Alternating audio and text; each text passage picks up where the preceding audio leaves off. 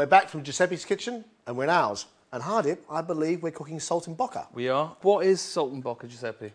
Well, basically, saltimbocca is traditionally made with veal, and it basically translates as jump in the mouth. So just talk me through the ingredients. What have we got here? Right, we've got pork, parma ham, sage, and marsala for the sauce. And we've got some flour we're going to Seasoned season. yes. And some parsley to finish. So should we get cooking? Right, okay, first of all, we need to flatten out the pork. So that's going to become this? That's what it will look like, Okay. yes. And what can I do? Shall I get seasoning this flour? Right, yeah, sure.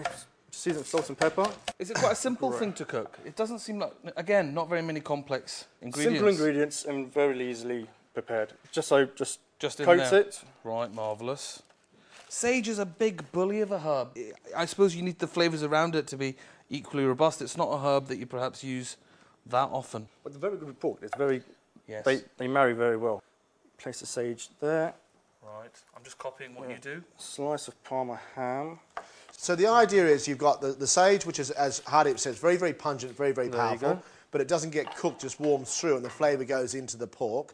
And the ham is quite salty. You don't really need to season the meat too much because of the saltiness of the pork, of the parma ham, and obviously the flavour that it gives. And then we've got this lovely sweet sauce, the masala, which is really rich and really deep. This is not for the faint-hearted, is it, really? These are big flavours, aren't they? Oh, yeah.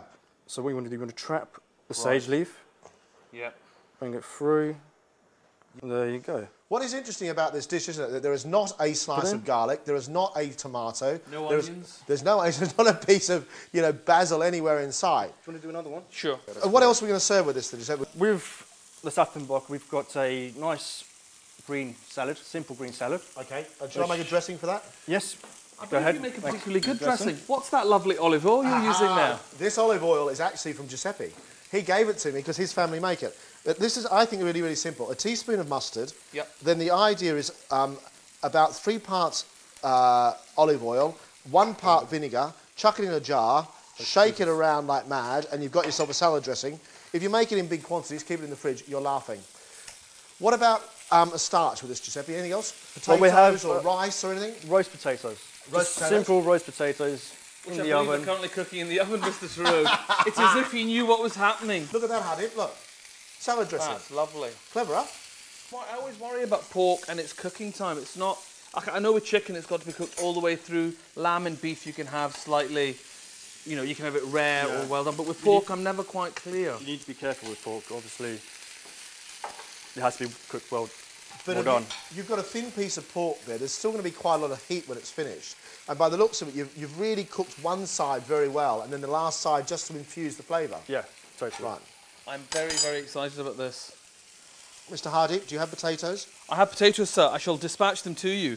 You're going to take that out now, and then you're going to put the masala in, is that right? I am, yes. The actual sauce is just to, as they say in French, deglaze the pan. Exactly. And that's take all the juices off the pan. Just take that for me. Oh, yum. Look at that.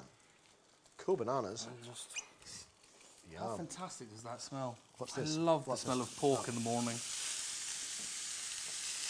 Delicious. That's better. So you're reducing that by half? Yeah, by half. To a syrup, by the looks of it. So it stops bubbling. Well, because there's so much sugar in the masala, I suppose that helps make it syrupy. Well, it makes sense, doesn't it, really? Yeah. The whole command of technical cooking terminology, John. Well, the whole idea of this being salty, pungent, and then the sweet sauce on top, pretty clever combination, isn't it, really? Well, I'm really excited to see how it turns out. And all it takes now, a little finish off with some parsley. Parsley, just finish it off, makes it look pretty. Delicious.